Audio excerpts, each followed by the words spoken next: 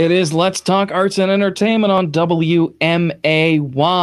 Back again with you to talk about the things going around locally and around the country, sometimes even around the world in the world of theater, arts, and all sorts of other entertainment. Joined once again on State of the Arts by Gus Gordon. How you doing, Gus? I'm great, sir. How are you doing?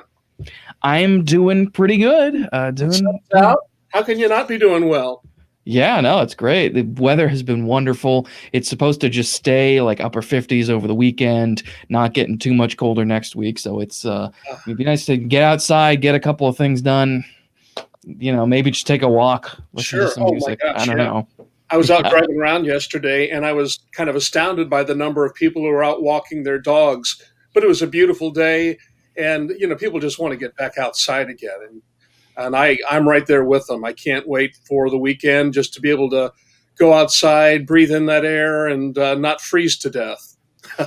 Yeah, same. It was, even just, even just like running outside with my dog the other day, just in the front yard. I was like, oh, I don't need to like put 3 layers on to throw him the ball or something. So it's great. Valentine's Day weekend was a tough one, and we actually had some pipes burst at the Hoagland, so that was kind of a mess because it was so cold.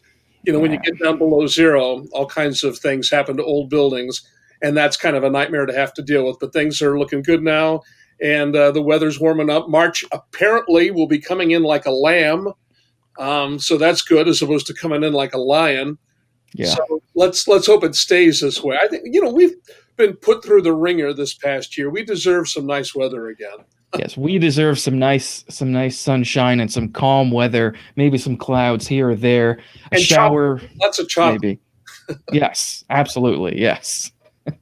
Yes, and coming up these next couple of months, even in just by next week, especially in March, there's going to be so much going on in the world of theater.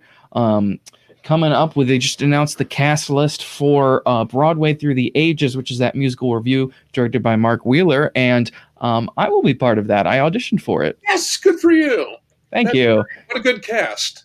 Yes, it's great. Yeah, it's a bunch of wonderful local performers who have been in shows before. I think maybe even be a couple of people that haven't done shows, at least here in Springfield, maybe even first-time performers. So, and it's a lot of solos, some group numbers, duets.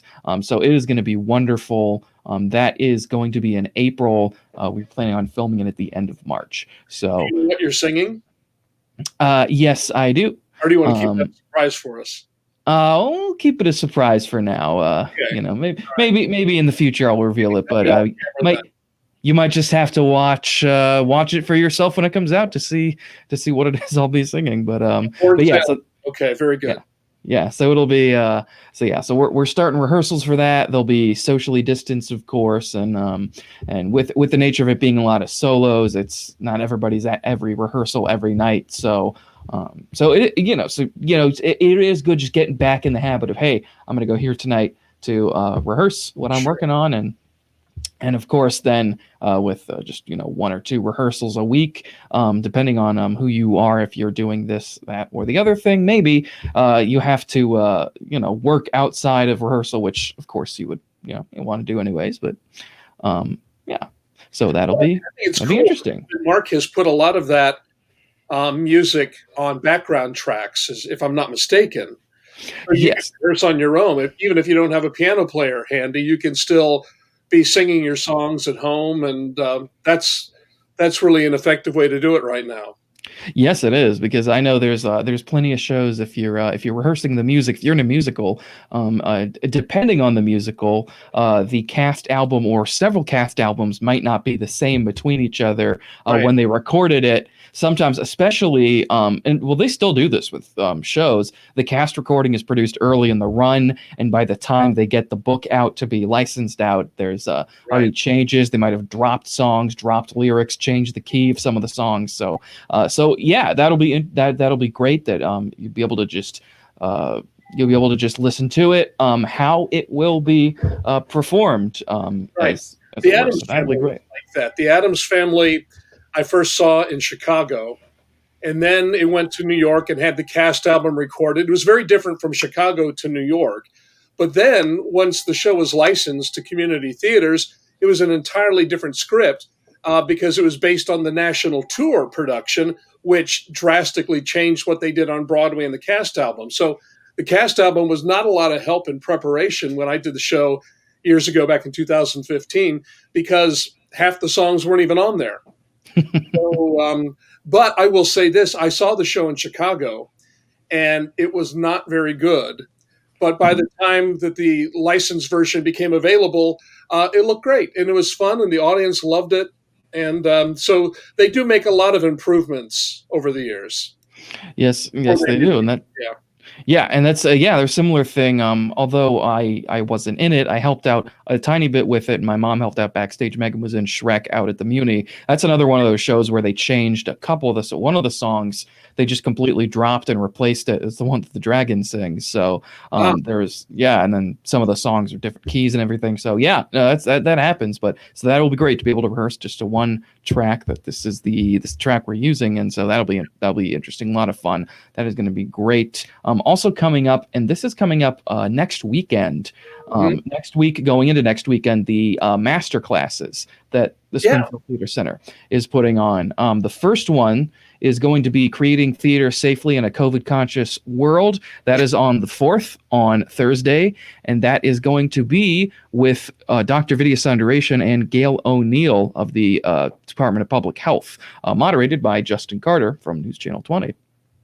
Two experts that will give good advice. I'm already signed up for it. Yeah. I really encourage other people to sign up. We had a building board meeting, what we call the building board at the Hoagland, which is comprised of all the different resident organizations. They each send, their president or their executive director or a representative of some kind. And I suggested it to all of them because this is going to be good information that is going to be, very helpful to people as we move forward. Yeah, and it's going to be a great look into what maybe to expect, and what some of the things you might already realize. Oh, this is some things that for a good long while are things that we're going to have to deal with. So that Right. will be very interesting to see, very informative, and excited to see that. And then a couple days later, on Saturday the 6th. Acting Through Song with Natalie Randall and Diamond Essence White. Natalie Randall, of course, a lot of people probably know her. She used to live here in Springfield native. She's been a wonderful talent. She's been so many shows around here. She now lives in New York, but she is going to be part of this second masterclass. That was another one that will be great that you'll want to register for. Yeah, Natalie is such a talent, and she has such a great work ethic. I've been following her on social media, and she has become a long distance runner. She's just an inspiration. She's a really talented young lady and really dedicated, and so I'm sure she'll have very interesting things to share with us. Yes, she will. So you guys will want to make sure that you sign up for that as well. And then that very next day on the 7th, captivating storytelling, character building with Reggie Guyton, another local performer. He's still around this area, and I know he produced. I think actually he directed the Memphis the Musical at the Hoagland recently, Yeah. and he was set to direct Ragtime out at the Muni. And he's been a lot of been in a lot of different shows, and again, another one of these immense talents in the area. And so it is going to be really interesting as well. That is Sunday, March the 7th. For that. Reggie's a great performer. He's a great director. I really enjoyed watching him direct Memphis. He was a good leader and good at motivating people, and he feels things deeply. So when it comes to creating character for a show, he'll have a lot of great opinions, I'm sure. And he is a passionate performer, and that will be a very interesting lecture as well. Yes, it will. And so that is definitely, those are 3 of those master classes, and that is just in the next week. Make sure you guys are signed up for all of them because they are all going to be informative, great, and wonderful things that you'll be able to participate in. And coming up just about a little less than a month away, you guys are remounting your production of Becoming Dr. Ruth, I should say, with Felicia Coulter. And that's going well. They've been in rehearsal now for about a month, putting it together. It's hard to do a one person show. That's a lot of material to have to remember. And Felicia is a brilliant actress. She did a brilliant job when we did this in 2018, and it's coming back just beautifully. But you need that repetition because you have no one else to fall back on. You have no one else to share the stage with and share that workload with. But she has very able shoulders, and she can carry that show on her shoulders, and is wonderful. And Dr. Ruth is a fascinating character, a fascinating personality. From she was very popular. She's still with us. She's still alive, but she was very popular in the '80s and '90s, and she was on all the television shows. So it'll be great to have that experience of learning her backstory. And that's what Felicia will be bringing to us. Yes, and a backstory that even if you had been listening to her, watching her for years, you may not know some of the things. Definitely will be Right. very interesting to see that much a varied life as you would expect, but even some unexpected things. So that will be great. That is the 19th of March is when that premieres, 18, and that is also 19 and 20, I believe. 18, 19, and 20. All right. Awesome. And that is going to be through Showtix. You might have it in front of you, so Okay. All right. Well, that is through Showtix for you. That's right? That's correct. They can go to our Facebook page, Hoagland Center for the Arts, and we'll have a link on there, and they can go to our events, and it'll say Becoming Dr. Ruth. Just click on that. It'll take you right to tickets, and you can purchase them and then enjoy a great, captivating evening with America's favorite sex therapist. Yes, it's going to be not rated X. The show is very appropriate. PG-13. Little kids wouldn't find it interesting or want to watch it, or should they? But adults will not be remotely offended by it. Dr. Ruth was as safe of a sex therapist as you could ask for. Yeah, right. Well, that will be great then. So make sure you guys get your tickets for that if they're not already on sale as soon as they become available. Yeah. And then we got a couple of national things here. I'm always looking out for when filmed productions are coming either to streaming and or home video. Right. And we have a couple of releases actually. The two musicals that were filmed on the West End, Kinky Boots and 42nd Street, are coming to DVD and Blu-ray, and there's also going to be a release of The Wind in the Willows and From Here to Eternity, the stage version of that. Yeah. So all London productions, I believe, right? Yeah, what's up?